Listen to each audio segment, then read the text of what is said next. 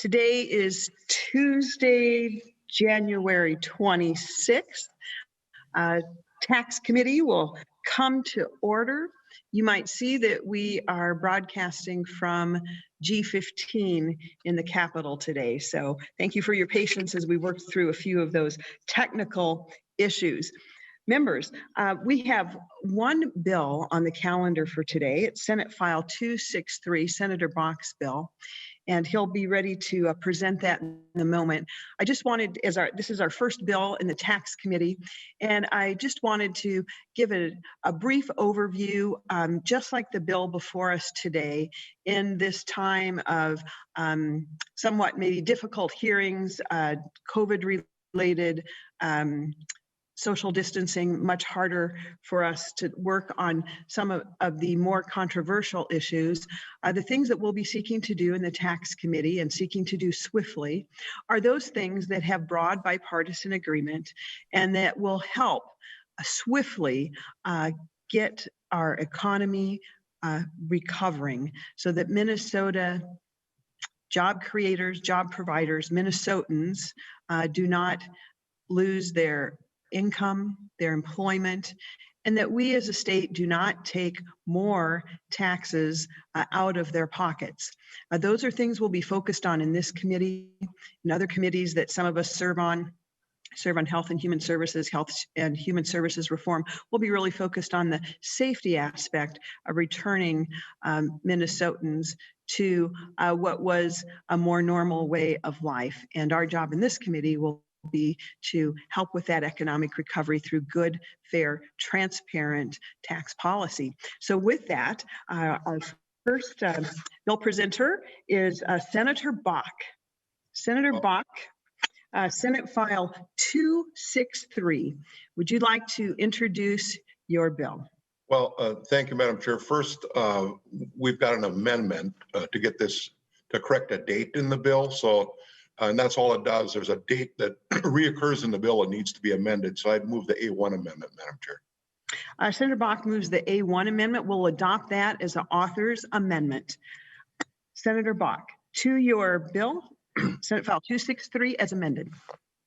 Well, Madam Chair, oftentimes I've learned around the Capitol, and I'm not down in room 15. As you know, today I'm in my office here at the Capitol, but I didn't want to take a chance on the technology not working and people not being able to maybe see me present the bill. So, Madam Chair, sometimes you can tell the gravity of a bill by who the authors are. And if you look at the authors of this bill, Madam Chair, you're co-author on it, Senator Chamberlain, Senator Rest. So you've got the current tax chair, 3 former tax chairs as authors of this bill.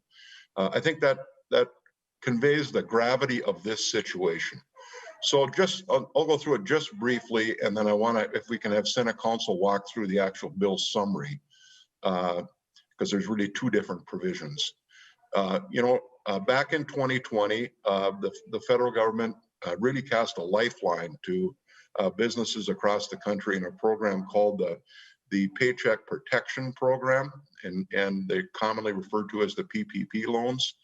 It was a federal program that allowed businesses who would make commitments to keep their businesses operating, keep employment levels up, a loan that could be converted to forgiven in the form of becoming essentially a grant if they met those conditions of keeping people employed during this pandemic. We think that about 80% of businesses are going to have these loans forgiven. And the interesting thing about this PPP program is businesses thought when they took these loans that they were going to be forgivable and become grants, because that's what they were told. And that is true. The federal government, the Congress made it very clear that these loans were going to be forgiven for businesses that keep their businesses operating, keep their employees employed.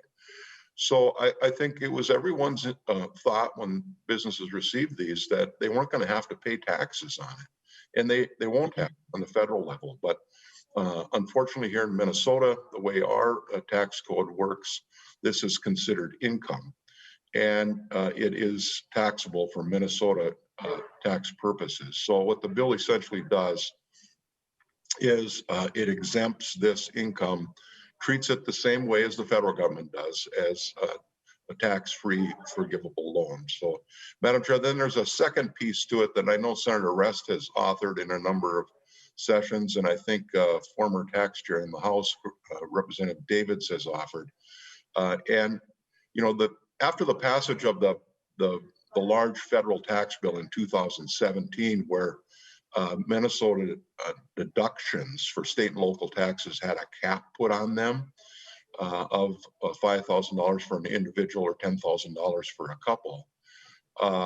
Many Minnesota taxpayers were hurt by that provision because we're a state that has, you know, a pretty aggressive income tax. Some states, like our neighbor South Dakota, don't have one. So their state really wasn't impacted like Minnesota was.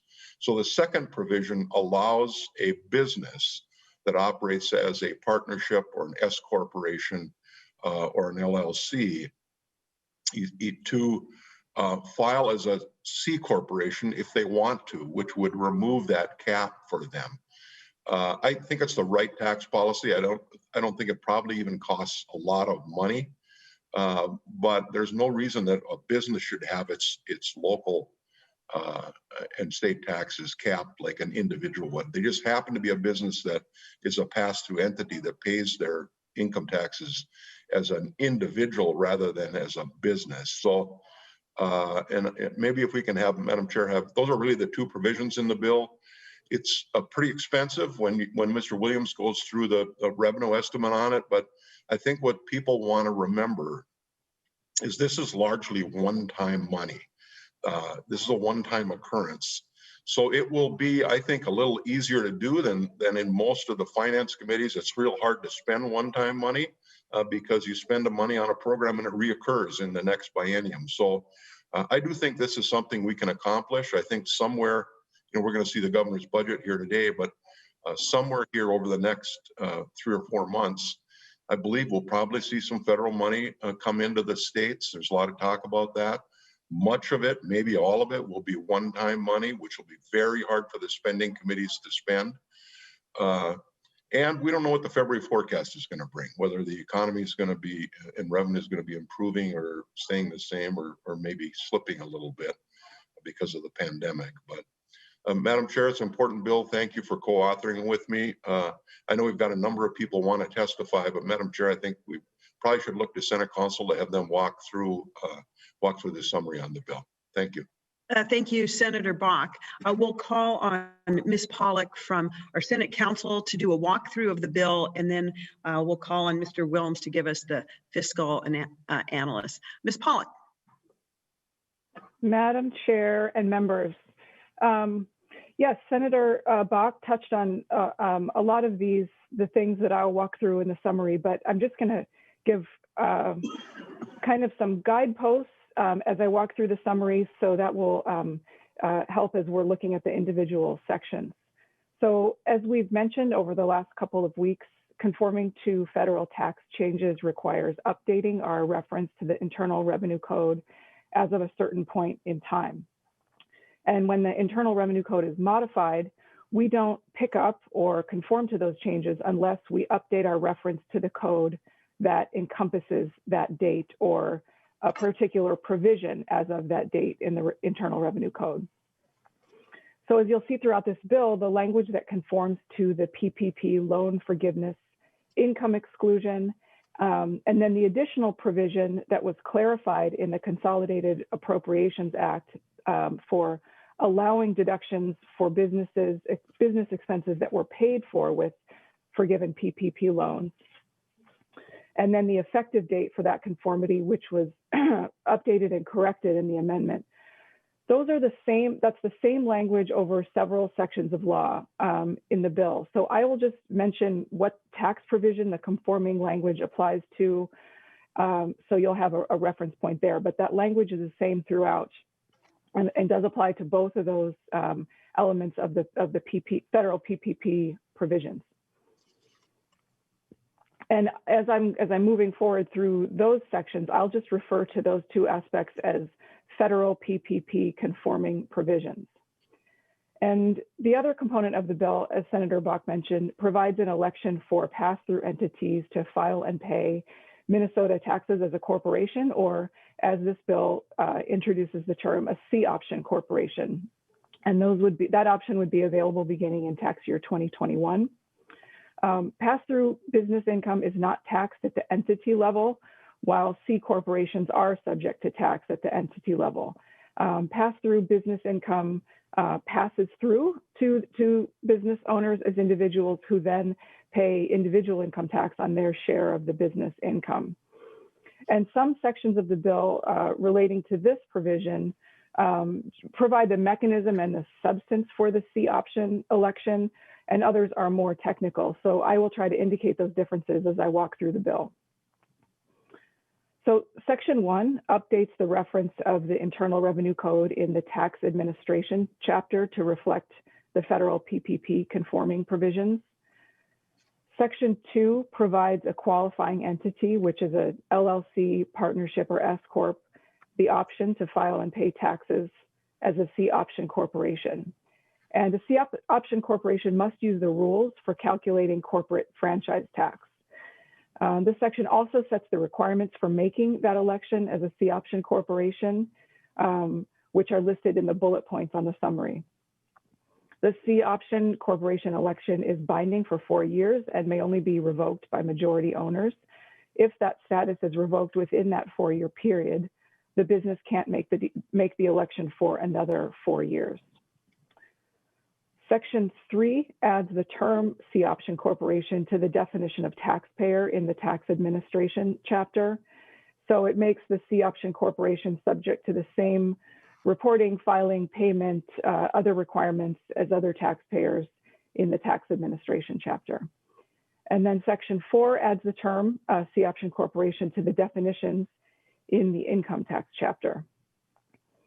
Section 5 is another update to the reference point of the Internal Revenue Code for the federal PPP conforming provisions for purposes of calculating net income for Minnesota taxpayers.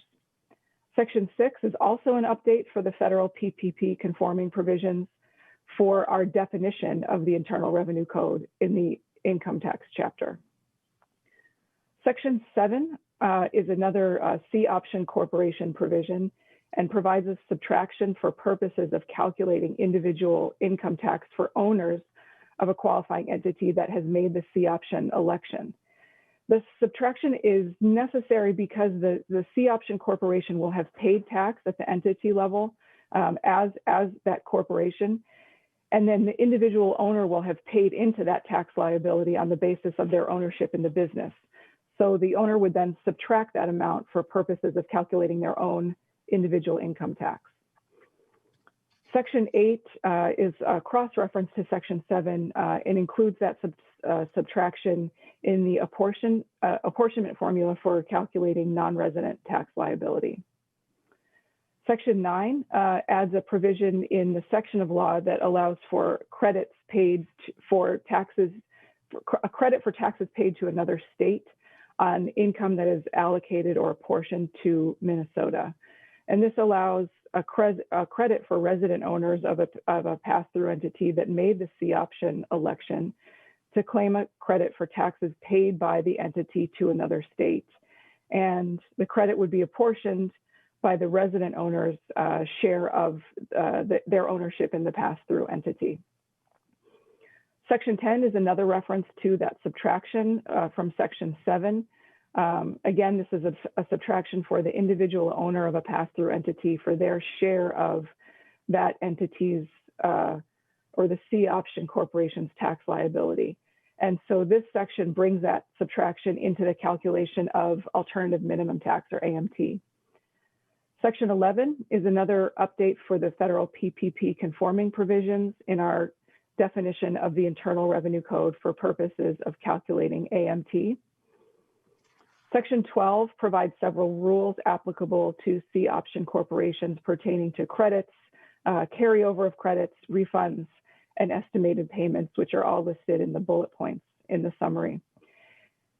And then sections 13 and 14 exempt non-resident partners and S Corps from withholding requirements if those entities have made the C option election. Section 15 is an update for the federal PPP conforming provisions in our definition of the Internal Revenue Code for the property tax refund chapter. And then finally, Section 16 is an update for the federal PPP conforming provisions in our definition of the Internal Revenue Code in the estate tax chapter. Madam Chair, that concludes the summary. Thank you, Ms. Pollock. Members, we'll take questions on the summary now, if there's any brief questions that members have. Otherwise, we'll move on to the revenue estimate. I'm not seeing any hands. Mr. Wilms, if you could go over the revenue estimate for us, please. Thank you, Madam Chair and committee members. Everyone should have the revenue estimate dated January 25th in their packets. It was distributed late last evening and should be posted online. It's for the Senate File 263 as proposed to be amended by the A1. The estimate, like the bill, is comprised of two parts. The first part is related to conformity to the federal treatment of paycheck protection loans. And the second part relates to the option to allow eligible entities to file as C-option corporations. For the first part, the PPP loan exclusion amount, the general fund budget effect is an estimated revenue reduction of $411 million in the first year, fiscal year 22. So next fiscal year, and then a trailing amount in each of the remaining fiscal years within the forecast period. Also, as you can see, the amount of the revenue reduction is evenly split between the individual income tax and the corporate franchise tax. The bullet points, which begin on page 2 and then are continued on page 3, provide a few more details of the estimate. A couple things to point out. It's assumed that 80% of the loans will be forgiven. Additionally, the estimate was reduced by 68% to exclude businesses without any taxable income for the year. On that point, the amounts that therefore generate deductions then will not be used in this year, but will be carried forward as net operating losses to offset income, which can be carried forward for 15 years or 20 years for pass-throughs. And the revenue impact will be about approximately 10 million per year outside the forecast window. Further, the CARES Act modified the NOL provisions. So you'll see a separate line item labeled interaction, and that's a separate policy choice. It affects this estimate to the extent that those other modifications to the NOLs are conformed to. Finally, the second part of the estimate relates to the C-option corporations. The estimate identifies potentially 22,000 returns that would be affected or would be likely candidates for this C-option election. But the estimate overall is unknown. And the reason is because the effect on our state tax revenue is really dependent on the tax situation of the entities and the underlying shareholders, including the marginal tax rates and whether or not they're above or below the SALT cap themselves. So I think that gives a brief overview of the key points of the revenue estimate, Madam Chair. Thank you, Mr. Wilms. Members, any questions on the fiscal or the revenue estimate?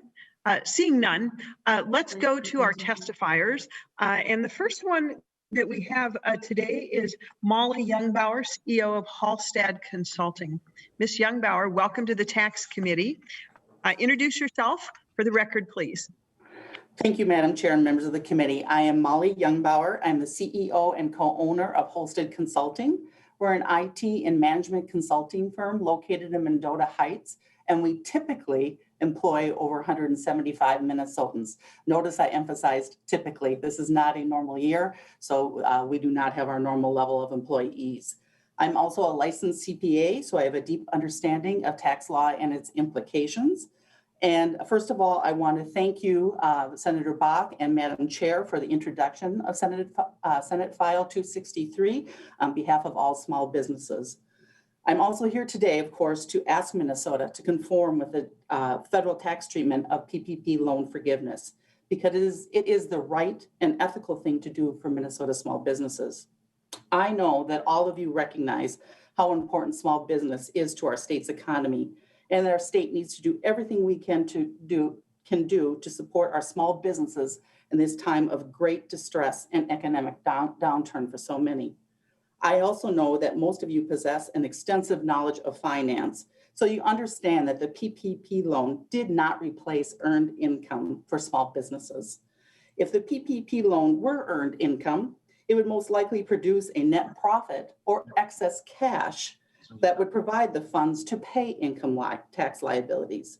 But instead, the PPP loan proceeds were specifically designated funds that were used to pay for rent, utilities, and most importantly, employee pay and benefits. They were paid out dollar for dollar for our obligations, leaving no extra funds to pay tax. They help small businesses like mine stay afloat during this unprecedented pandemic, especially during the dark days of early spring when many businesses didn't think they would survive this ordeal. Personally, my business revenue dropped by over 50%, and it appeared there'd be no floor based on conversations with my clients. It truly was a very frightening time. Like many businesses, we retained most of our employees during this period, even though many were not truly productive because we simply had no business for them to work on. To be crystal clear, they were not helping us generate revenue during this time or net income because our demand was reduced to a very slow crawl. Despite our drop in demand, we did not cut their pay or benefits during this very scary time. Instead, we retained them because we were given the PPP loan to help us through these very dark days, and because it was very simply the right thing to do. We had faith that our federal and state government would also do the right thing and not penalize us for taking a great risk by taking a very large PPP loan. We were assured it would be forgiven and not taxed by the federal government, and having faith in our state leadership, felt confident that Minnesota would also do the right thing and not tax the proceeds. Many small businesses simply do not have the funds to pay a Minnesota tax bill on their PPP forgiven loan because, first of all, the entire PPP funds were used for the purpose they were intended, again, dollar for dollar, to pay their employees and operating expenses. Second, like us, they most likely had suffered great economic loss due to the pandemic and did not generate a net profit for 2020. So in other words, there's no excess cash to pay a large tax bill. They may even be required to take a loan from a bank to pay their taxes if they're not exempted. Is this truly what we want to do to small businesses? Madam Chair and members of the committee, I implore you to do the right thing for Minnesota small businesses who have gone through a tremendously scary and challenging period and conform with the federal tax treatment of the PPP loan forgiveness. It truly is would be a life preserver for small businesses who do their best to support our state's robust economy and provide jobs to hardworking Minnesotans. Thank you for your consideration. Thank you, Ms. Youngbauer. Members, the plan today is to allow all of the testifiers to testify. They'll all stay in the room here, and then you'll be able to ask questions of the individual testifiers. So please jot those down next to the person that you'd like to ask your question to. I also received notice that Senator Dietzig had her hand up and perhaps had a question for Mr. Wilms. Senator Dietzig, is this something that you need to address here before the testifiers, or would you like to wait till after the testifiers? No, we can wait. Senator Dietzig. Okay, we can wait. Thank you. All right, you'll be first on the list, Senator Dietzig. All right. Next, Beth Cadoon with the Minnesota Chamber of Commerce. Welcome to the Tax Committee. Please introduce yourself for the record. Good morning, Madam Chair. My name is Beth Cadoon. I represent the Minnesota Chamber of Commerce. We're an organization representing more than 6,300 businesses of all types and sizes around the state that employ more than 500,000 employees. So thank you for the opportunity to testify and for hearing the bill, as well as for Senator Bach for carrying it today. Our top priority this legislative session is to advance policies that will help speed Minnesota's economic recovery. As you clearly know, many Minnesota businesses have been hard hit by COVID-19, with many still struggling to survive. Just to want a data point to put this really in perspective, 7 weeks after the first reported COVID case in Minnesota, Minnesota had lost over 13% of its total employment, and nearly 614,000 Minnesotans filed claims for unemployment, marking the steepest economic downturn in over 70 years. As bad as this was, it could have been worse without the PPP program. Over 100,000 businesses took this lifeline, as is shown in the revenue estimate. And this really did allow them to retain their employees, as the previous testifier said. We urge your support of full conformity with the federal tax treatment for both the loan forgiveness and allowing the deductions for qualifying expenses. There is also a handout that hopefully was sent to all the committee members as well from over 90 business associations and local chambers of commerce in support of full conformity. I just want to provide you, we've been hearing from businesses all across the state. I just want to give you a few of the testimony that we received for some of these businesses. As owner of a travel agency, I'm struggling to keep afloat. Our business was down 74% versus 2019, and we've kept nearly all our staff at 50% hours. We need to harmonize federal and state tax treatment. Please help. Another example, our family retail business was founded in Minneapolis in 1954. We were hit hard by the pandemic and then by the looting. We need all the help we can get to stay afloat. From a manufacturer in northern Minnesota, the PPP loan allowed us to keep all of our employees throughout the spring and summer when our sales were decimated due to coronavirus. We would have faced massive layoffs. My last example, from a business in Mankato, my 24 employees were able to stay on my payroll because of the PPP fund. We are not out of the woods yet, so please follow the federal guidance on loan forgiveness and expenses.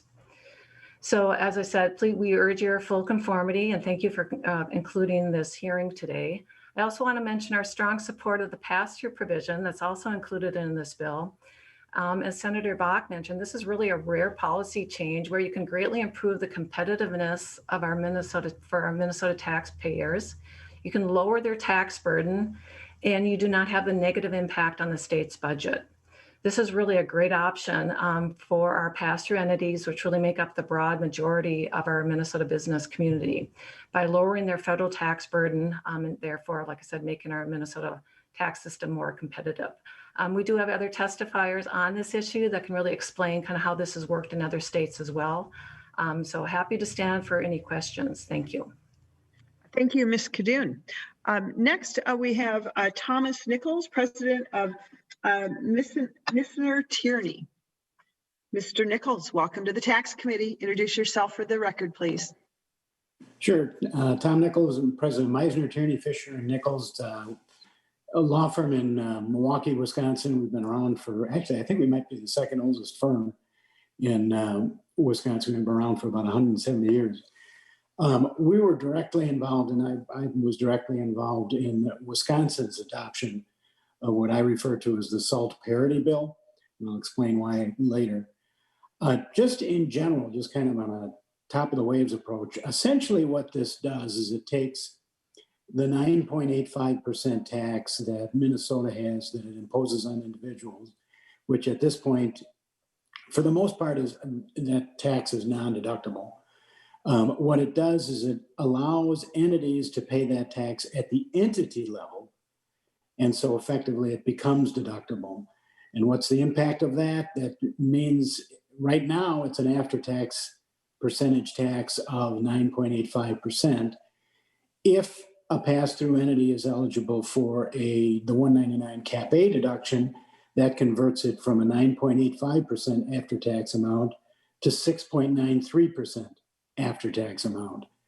If the pass-through entity is not eligible for the 199 Cap A deduction, it actually converts that 9.85% after-tax to 6.2% after-tax. And this is merely by making the state income tax deductible at the entity level. As you probably appreciate this, and as mentioned by Mr. Wilms, essentially, this should not really cause much revenue loss, if any. I would think it would probably be a slight revenue raiser, only because the tax is imposed at 9.85%, which is obviously your top rate. And so as a consequence, it's one of those things that it does have an impact after tax for your businesses, but it shouldn't really have much of a revenue impact on the state of Minnesota. Couple of points in support. One is that you've got what this does, and as I say, I refer to it as a SALT parity bill because C corporations got pretty beneficial treatment out of the Tax Cuts and Jobs Act. The tax rate was reduced from 35% all the way down to 21%. That's a pretty big reduction. In addition to that, C corporations are entitled to fully deduct all of their state and local income taxes. For pass-through entities, that wasn't the case. For pass-through entities, the top rate went from, depending on how you calculate it, maybe 39.6% down to 37%. And then with the 199 cap A deduction down to maybe 29.6%, but in any event, not anywhere close to the 21%.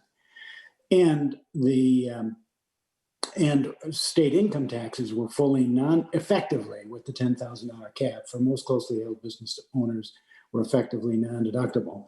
So whereas you had rough parity between C corporations and S corporations, and C corporations on the one hand and S corporations and partnerships on the other, before the Tax Cuts and Jobs Act, you now had a pretty dramatic difference. And I just want to say that one of the reasons why it is important to have parity between pass-through entities and C corporations is especially for closely held businesses. A single tax system works much, much better. A double tax system where essentially business owners have money sitting in their corporation, which is one of their pockets, and money sitting, at home and elsewhere in another one of their pockets. And whether they move it from one pocket to another pocket, or they pull it out to invest in another business or whatever it is. For closely held business owners, I've represented closely held business owners now, by about 40 years. And it is highly disruptive. And it was only with the Tax Reform Act of 1986 that the large majority of closely held business owners essentially switched to a single tax system, which is the pass-through either S corporations or partnerships. And it had a huge impact on their behavior. Up until that time, there were people like me making a lot of money by essentially advising businesses how to avoid that second tax of under the C corporation double tax system. It was disruptive, and literally closely held business moved almost in total. I mean, a large majority of closely held businesses moved to pass-through taxation, which it literally caused them to call me less, and to have less tax drive their decision making a lot less, and it was a lot less intrusive and disruptive. But it might not have been good for tax lawyers and accountants, but it was wonderful for closely held businesses. And I can come up with numerous examples from my own practice, and I'm sure there are others. The only other thing that I would mention to you in connection with this, and that is, you're obviously in a competitive environment as a state. You've got Wisconsin next door. Our top rate is 7.65%. With this, and we passed Wisconsin Act 368, which essentially allowed entities to elect. So effectively, our rate, depending on whether you're applying the 199 cap A deduction, 20% deduction for pass-through businesses or not, effectively, our pass-through business rate is 5.56% if you qualify for the deduction, or 4.98% if you don't qualify for the deduction. So that the comparison there is between 9.85% in Minnesota and somewhere around 5 to 5.5% in Wisconsin. Obviously, from a competitive advantage standpoint, I like Wisconsin, but I like Minnesota too, just from the standpoint of not having taxes drive decision-making. It would make sense for Minnesota to be more in line, for example, with Wisconsin. As far as I'm not really being asked to comment on the deduction issue, I'll just say two things. clearly, by definition, as you can see from the language in the statute, what you're talking about, even though there is a significant revenue estimate, what you're talking about doing in Minnesota is clearly consistent with congressional intent. Not only is it consistent, Congress actually passed a bill to make sure that it was implemented by the Treasury consistent with their intent. So the other thing that I would emphasize too, and this is just true in every state, and that is when you have a disparity between the federal treatment and the state treatment, that always causes a malpractice for accountants and lawyers, but it also just creates complexity. And this one wouldn't be any different in the sense that people would have to track either the income or the deductions. And, that's a whole set of calculations, especially if it would be done at the deduction level. It would be a whole set of calculations that wouldn't take place for federal income tax purposes, but would take place for state income tax purposes. So that just a lot of additional compliance in order to accommodate the differing federal and Wisconsin rules. So thank you very much, Madam Chair. And I appreciate the opportunity to talk, and I will sit back and wait for questions, if any. Thank you, Mr. Nichols.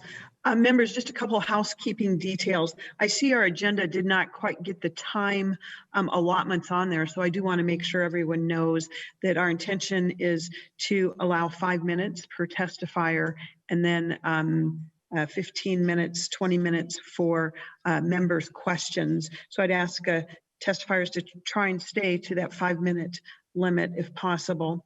And also just another housekeeping note, if we could make sure that each Zoom participant has their name under their window, so we can make sure and identify you properly by your name. And of course, I know members know that to have your video cameras on and your mics when speaking. So with that, let's get to our next testifier, Tim Milner. Mr. Milner is president of JIT Power Coating Company. Mr. Milner, welcome to the Tax Committee. Please introduce yourself for the record. Thank you, Madam Chairman. My name is Tim Milner, and as the Madam Chairman just said, I am the owner of JIT Powder Coating Company in Farmington, Minnesota. JIT is a job shop that provides powder coating services to approximately 75 Minnesota manufacturers.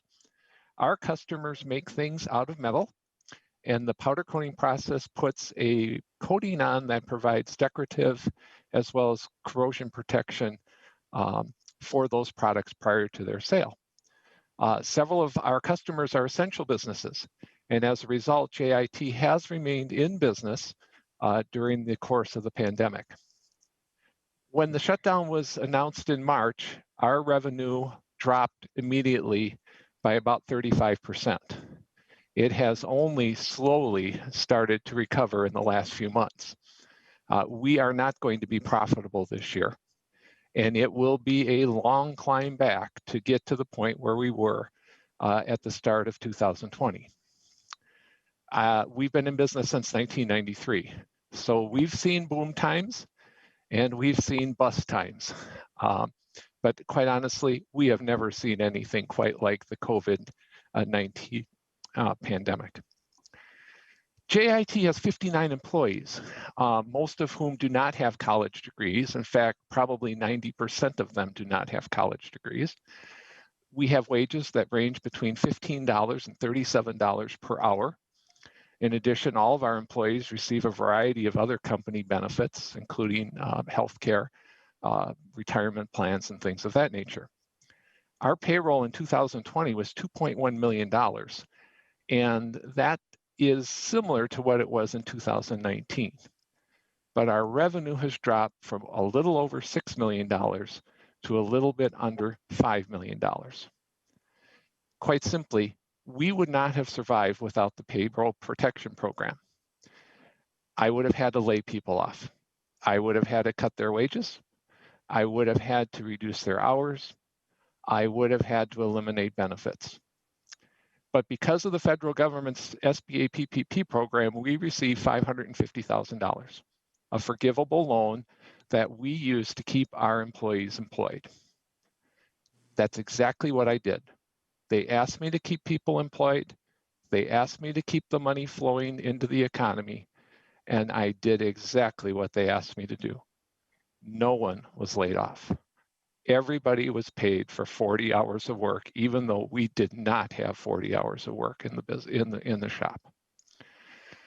When they worked 32 hours, they got their full paycheck. We even kept 7 college kids on staff during the summer that we had hired in February before the pandemic really hit. We still kept them all summer.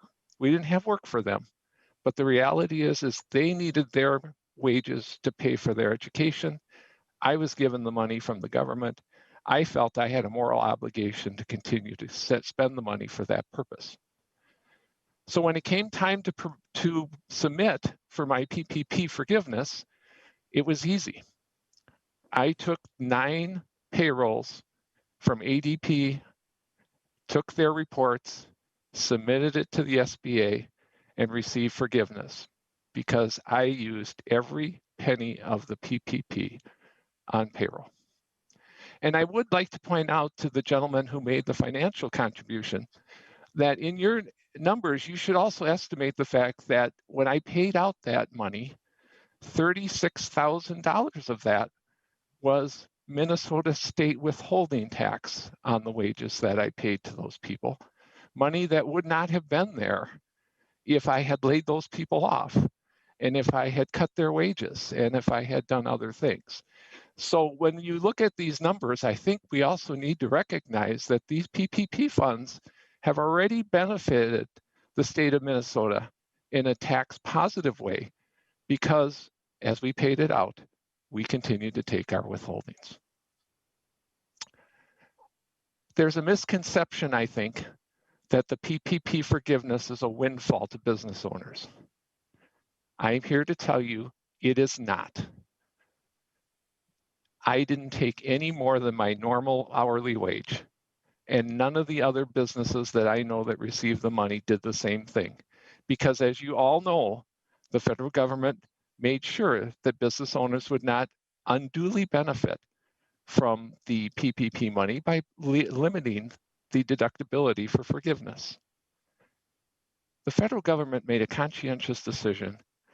They didn't want to see more people unemployed. They didn't want to see more people on social services. And they knew that if they gave money to businesses, that we would have a very quick and easy way to get that money to people. And that is frankly what we did.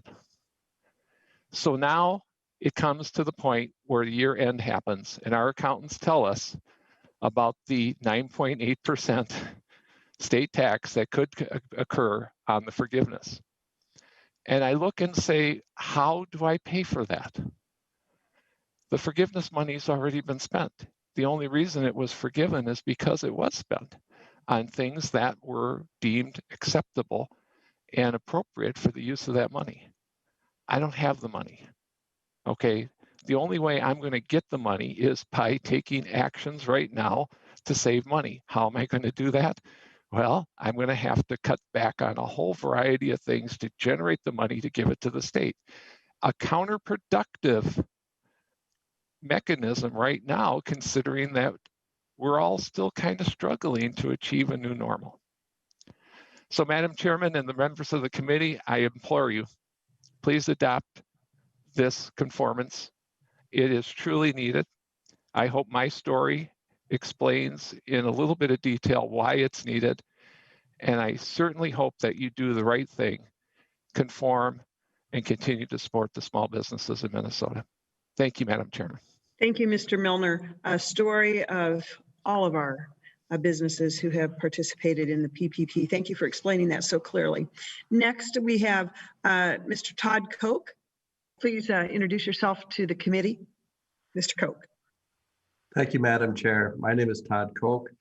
I'm a CPA. I'm a member of the MNCPA and also a small business owner myself. And yes, I can tell you the story that Mr. Milner said is very accurate because I was the CPA that had to explain to him that he would owe Minnesota tax on the forgiveness as currently structured. There's a couple things to look at. One, as we know, As CPAs, as members of the MNCPA, we've always pushed for conformity. Nothing else, just to make things simpler for people to comply and not inadvertently fall afoul of the rules. We know that conformity has been a real struggle the last couple of years. And the easiest way to show you how large the impact of the struggle is, there are more lines on the Minnesota individual nonconformity schedule than there are lines on the Minnesota individual income tax return. That's right. It's harder to figure out what you need to adjust than there are lines to calculate your tax. That is really something we need to move away from so that we can help people comply easier. That's right. People want to pay me less. I'm all for it. I love that to happen so we can help people move forward and run their businesses even better and stronger going forward. The other part about the PPP is really small businesses themselves really stepped up to the plate and did what was right. It required, this whole COVID response required all Minnesotans, including the business owners, to make a substantial sacrifice. Many of the businesses are on pause, or let's call it what it is, a shutdown during these times as part of their response. And they made it through. But as you heard from people testifying today, small businesses are like families. I employ about 45 people here, and I know who they are. I know which ones are engaged. I know which ones have just got a dog. I know what's really going on because we're family. And families try to help each other. And we use these PPP monies to help our families, our business families, as we go through. And I want you to understand a little bit about the math. So if the Minnesota legislature decides to tax this government assistance, that's really what the PPP fund is. It's government assistance, federal government assistance.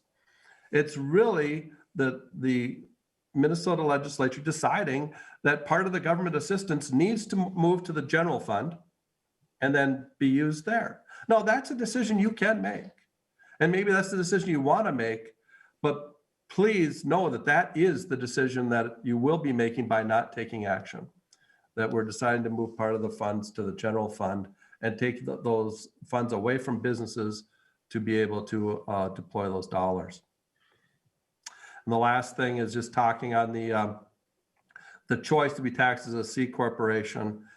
Realistically, I like this because it's a choice. You're not imposing anything on there, and it's a way to make businesses more competitive without increasing Minnesota income taxes. It's a rare opportunity where we can look at a way to help the small business owners at a time when I'm not harming the state of Minnesota, because the corporate tax rate and the individual tax rates are really, really close. They're not that far apart. So the collections by the state aren't going to change because I can't deduct those state income taxes for federal purposes, for Minnesota purposes, whether I'm an individual or a corporation. So I didn't impact the overall state income, but I can sure help the small business community move forward. We appreciate you taking the time to consider these issues, and we really appreciate it. Thank you, Madam Chair. Thank you, Mr. Koch. Members, next, David Henrik. Welcome to the committee. Introduce yourself for the record, please. Mr. Henry. Madam Chair, members of the committee, thank you for having me today. My name is David Henrik. I'm the president of Bergerson Caswell Incorporated. We are a water well contracting firm on the West Metro.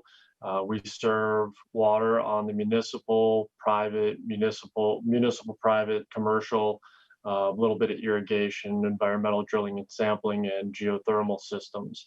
I think a lot of the other testifiers have covered a lot of the nuts and bolts of all of this. So I'm just going to go back into our story about why we even investigated going down the PPP route. And really it comes down to, when we talk about essential services, everybody wondering what qualifies. Well, our company works in the business of providing people fresh drinking water on a daily basis. frankly, people aren't going to go very long without reliable water supplies. We serve municipalities all around the metro area across the state, and we serve a large chunk of residential customers over on the west side of the metro area. So it's when you're dealing with times like this, and we all sat down and our managers sat down and kind of discussed, you know, what can we do, what can't we do? As we knew the shutdown was looming, it's like, well, what parts do we need to keep going and what parts can we live without? What parts can we move? What parts can't we move? And it became really complicated to actually keep the amount of talented individuals employed to serve the emergencies and still maintain any kind of business that would be able to operate. So when the PPP came around, and we were on the verge of trying to figure out who to lay off, who not to lay off in order to button down for, you know, the impending economic slowdown. And the PPP gave us an avenue to say, well, let's keep everybody employed, let's keep everybody working. And to echo Molly's comments, you know, those dollars, you know, those weren't revenue generating dollars. There's, you know, we're going to be down 15 to 18% on the year, and we're a small company, we're 25 people. You know, those PPP funds are the thing that are going to keep this business from having to take out additional loans from our bank in order to keep operating through the early parts of this year. So it really became about keeping people online because, you know, we're a fairly multifaceted company. Parts of our business were fairly busy this summer, including private water systems, because as we put everybody at home, everybody's water systems saw more stress and strain. People got a lot more curious about what's in their water supplies, and they needed the resources available to help deal with that. Everything from, you know, chlorinating wells when people would finally get around to doing that bacteria test that they've been putting off for years and years. People having their water systems operating at levels that they hadn't been, because now instead of having most of the people in their workplaces and school during the day, everybody's at home full time. Our company became beyond essential, became critical. And really those PPP funds are what allowed us to balance our company. Make no mistake about it, our workforce is comprised of people that have a very unique skill set. To lay those people off and hope that you can rehire them, you know, it takes years to develop the journeyman professionals that are out there working on these water systems. So really sending people home is not an option. So this became all about how do we keep our employees employed? How do we keep people, you know, maintain the level of level and lifestyles so they can survive as we go through this. And the PPP became, you know, that vehicle to help accomplish that sole thing, which was to keep people employed, to keep people fed, and not have to have them worry about what their future holds. So I appreciate the opportunity to testify to this very worthy bill, and I hope you guys see fit to pass it. Thank you very much. Thank you, Mr. Henrik. Mike Hickey, NFIB, welcome to the committee. Introduce yourself for the record, please. Mr. Hickey, you're on mute. Got it. Touch the rock. Yeah. Well, thank you, Madam Chair. Mike Hickey with National Federation of Independent Business. As many of you know, we're the major small business group with over 9,000 members and a very affected group by this issue. I'm so glad Dave Henrik had a chance to testify. He's an active member of ours and tell his story. And I just want to make a few brief comments. Really want to thank Senator Bach and yourself, Madam Chair, Senator Chamberlain, and everyone else on the committee who strongly supports this legislation. We should not be taxing the businesses we threw a lifeline to. And the loan that was meant to save them should not be taxed. And so everybody's been through a lot. Hopefully we're nearing the end and there's some light at the tunnel, but we appreciate the fact that you're going to take action on this to make sure this doesn't happen. And so that's very appreciated. I also just wanted to mention we do support the file as a C Corp option to give our most successful members another option who deal with very high taxes in this state. Most of the conversation has been aimed at the federal benefit, but there is a very high 9.85% tax rate imposed on the state filing under that proposal on every dollar of taxation, and we think that's problematic, and hope you take a second look at that, and also think the 4-year lock-in could be problematic for people. It sounds like you can unlock it, but a lot of people are going to be concerned about committing to something that they would see as 4 years. So just wanted to share those comments with you, and I'm so glad we had a member who was able to be here today and support this bill. Thank you, Mr. Hickey. Mr. Wogsland, welcome to the committee. Hospitality Minnesota, introduce yourself for the record, please. Thank you, Madam Chair, and members and staff. My name is Ben Wogsland. I'm the Director of Government Relations for Hospitality Minnesota, representing Minnesota's hotels, restaurants, resorts, campgrounds, and other hospitality businesses. Speak today in support of Senate File 263, and I want to start by saying thank you to the authors, Senator Bach, you, Madam Chair, and others for bringing this forward and your leadership. I think it's fair to say financially that no industry has been hit harder than the hospitality industry in this last year. In normal conditions, this industry supports nearly 300,000 jobs in this state, generates about $16 billion in sales, and remits nearly 1/5 of the sales tax. But the current picture is pretty desperate, to be frank. This industry has now lost 116,000 jobs in the last year. In a December survey that we executed with the Minneapolis Federal Reserve Bank and Explore Minnesota Tourism, nearly half of the restaurants indicated that without further help, they would face financial collapse here in the first quarter of 2021. And for hotels, that number was 30%, with that number going up to 60% by the summer. And that figure is frankly consistent with what the American Hotel and Lodging Association projected for Minnesota, that potentially 600 of Minnesota's 1,000 hotels could face foreclosure and collapse by the summer without additional help. I ask members, just let that sink in for a minute. Half of restaurants here in Q1 potentially facing collapse. So we're at a critical time. And I just want to remind members and everyone, this industry, the hospitality industry, typically in normal times operates on extremely thin margins, 2 to 5% margins as compared to, maybe an average small business that's in the 10% range. And often these businesses do not have reserves or a rainy day fund. So they are not in a good position to try to deal with this type of financial crisis that we faced here this year. So, we do anticipate that this is going to be a long recovery for this industry and its workers. But we're at a critical place now, and we need to use every tool that we can to get folks back to work and bring some revenue in the door and keep cash flow. So, getting back open at 50% helps, but it's not enough. Many restaurants tell us they do not make money at 50%. They simply lose less or break even. One restaurant indicated to me that at 50%, they lose about 20 grand a month. And if they're closed, they also lose about 20 grand a month, but they chose to stay open as they could to be able to employ their workers, employ their staff, and be able to stay open and in the market for their brand. So, the state aid from December will help, as will PPP 2.0. But, to be blunt, this industry is going to continue to need help as we go through this long recovery over the next 18 months. And as we try to work to reopen safely and increase capacity. The financial hole is really deep. Their bills have continued to pile up this year, whether that's rent, mortgage, utilities, insurance, taxes have all been due and frankly are overdue for many of these folks. So that financial hole is very significant. So, these businesses tell us that, what they need most right now in the short term is cash flow and to be able to survive and then hopefully pivot to recovery. And anything that the state can do in this regard is going to help, whether that's relief on property taxes or sales taxes or regulatory fees or direct aid going forward here.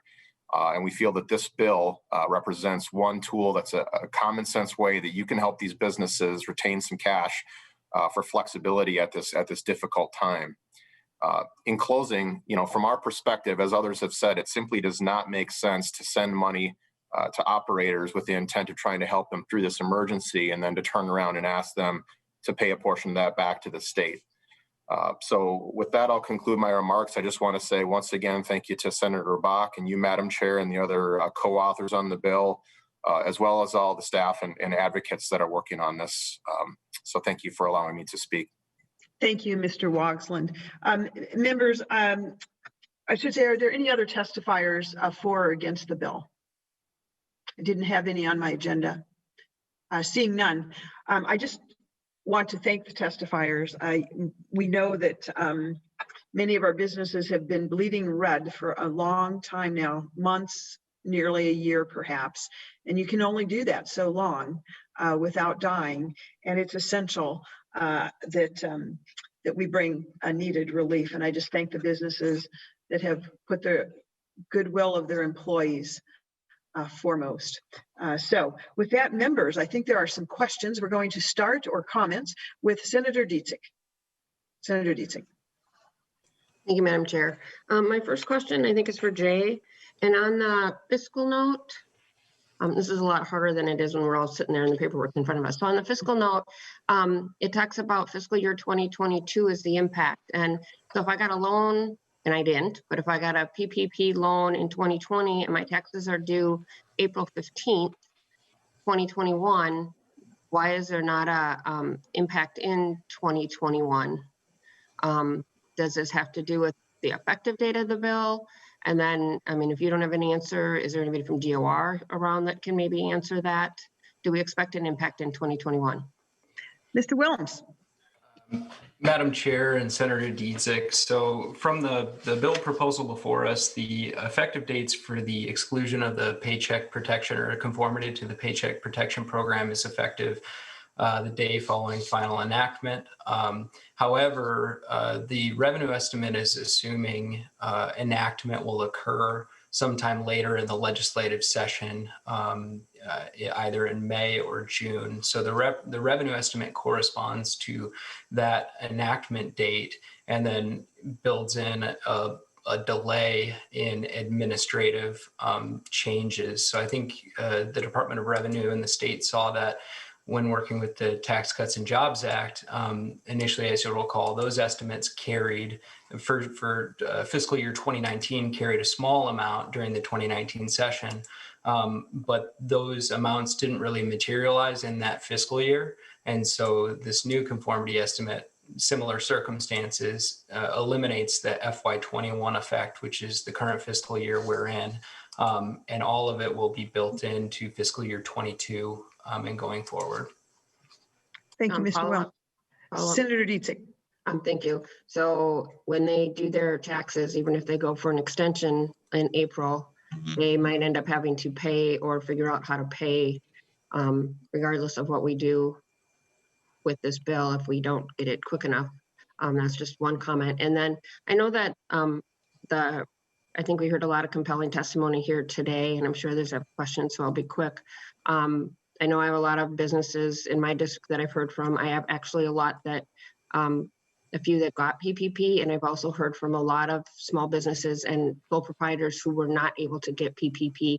And so they are also still struggling. And so how do we help them? I mean, this bill doesn't help them, so they're still out there. And then I also know that, I forget the exact number that received PPP, but about over 200 law firms received PPP, and I'm just going to pick on my law firm friends right now.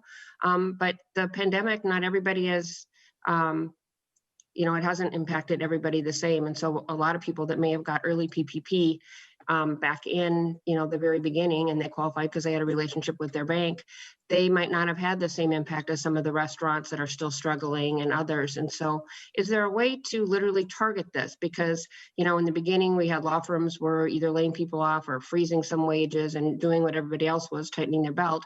But then in the end, I read articles that some of them, actually were able to give bonuses and maybe weren't impacted as much as others. And maybe those are the ones that didn't get PPP, and maybe some of the smaller law firms that got PPP were impacted. But how do we target this? And is there a way to target this to truly help those that are in need? Because the bill costs money, and some of that money could go to help some of these other businesses that are struggling regardless of if they got PPP and those that didn't get PPP. So that's just kind of food for thought more than a question. Thank you. Thank you, Senator Dietzig. I would just say that two elements of this bill do not have a revenue impact.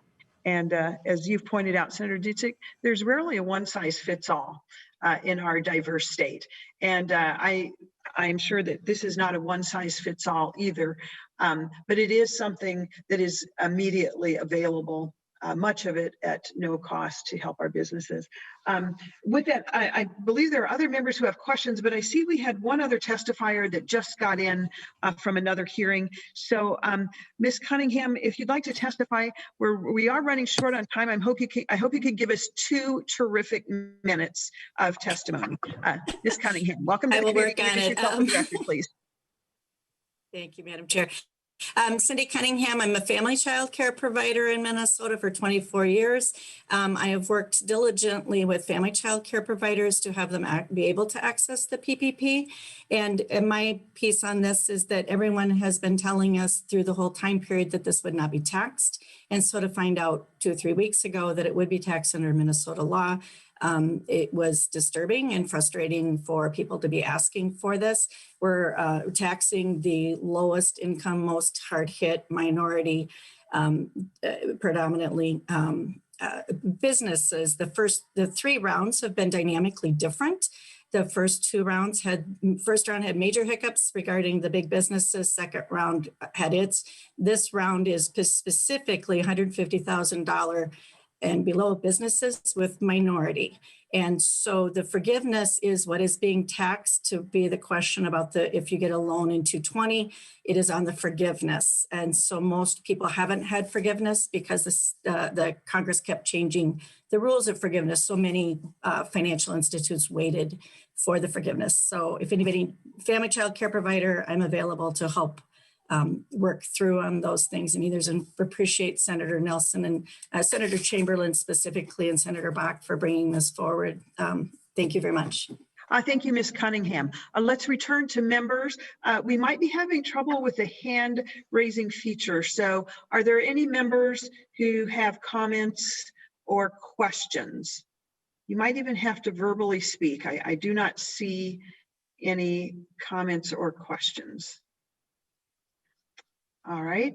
I just want to thank Senator Bach for bringing this forward, and good tripartisan bill. And as our testifiers noted, 2 of these provisions have no revenue impact. And as all have noted, time is of the essence here. And so I encourage Senator Bach to continue on as we get this moving. And Senator Bach, do you have any final comments?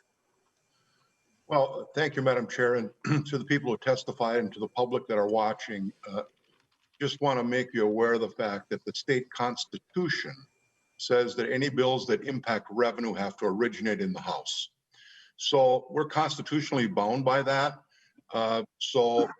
There's really little the Senate can do right now until the House decides to act on this. So I don't want people to be disappointed because, we're not sending the bill up on the floor and you're going to special order it next week and pass it, because we constitutionally cannot do that. But I had a conversation yesterday with the House tax chair about this and, some other provisions that the committee is going to be discussing. And people need to know, it's very hard for us also to make decisions until we know what the state's revenue landscape looks like.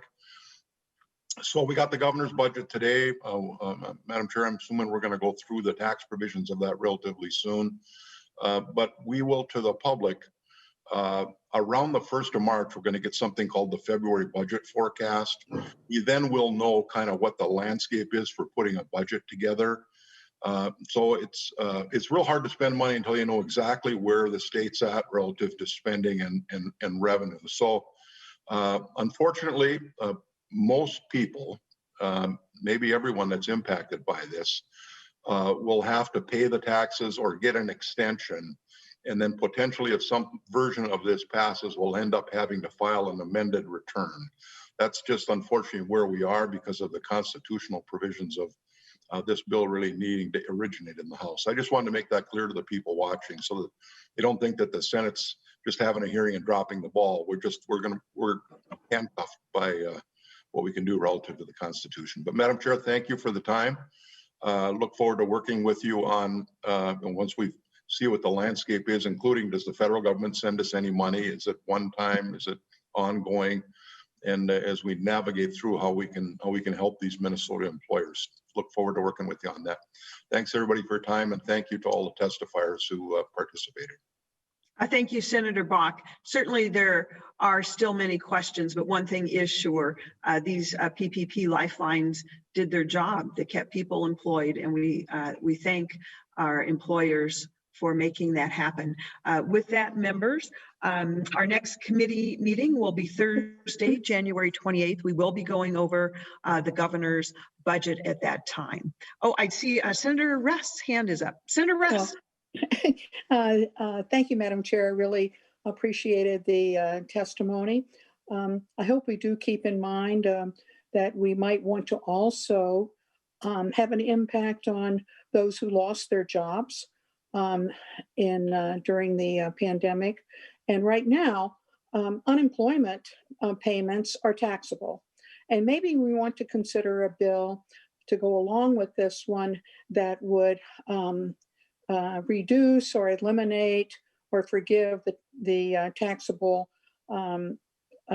aspect of unemployment payments as well.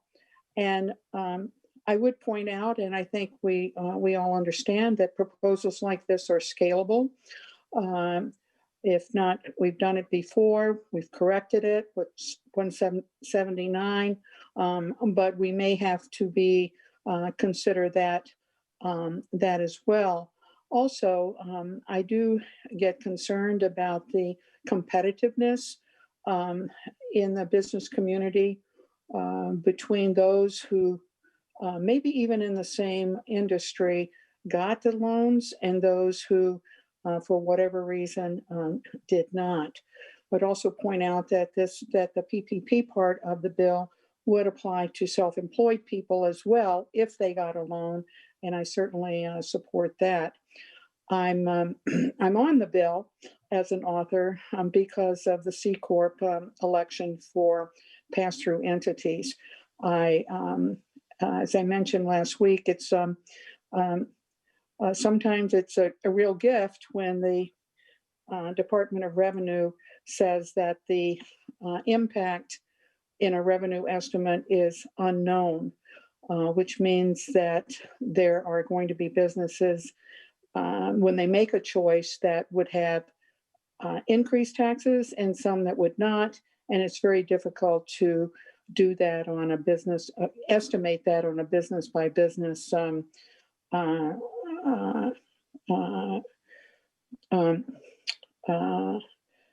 level. It also, I think, is, I think all of us are trying to meet with our counterparts on the other side. The tax Democrats are going to having a meeting today with Representative Marquardt, and we hope to be working with him and the governor in coming up with good bipartisan bills that affect and bring tax relief to all who have been negatively impacted by the pandemic. So I think this is a good start.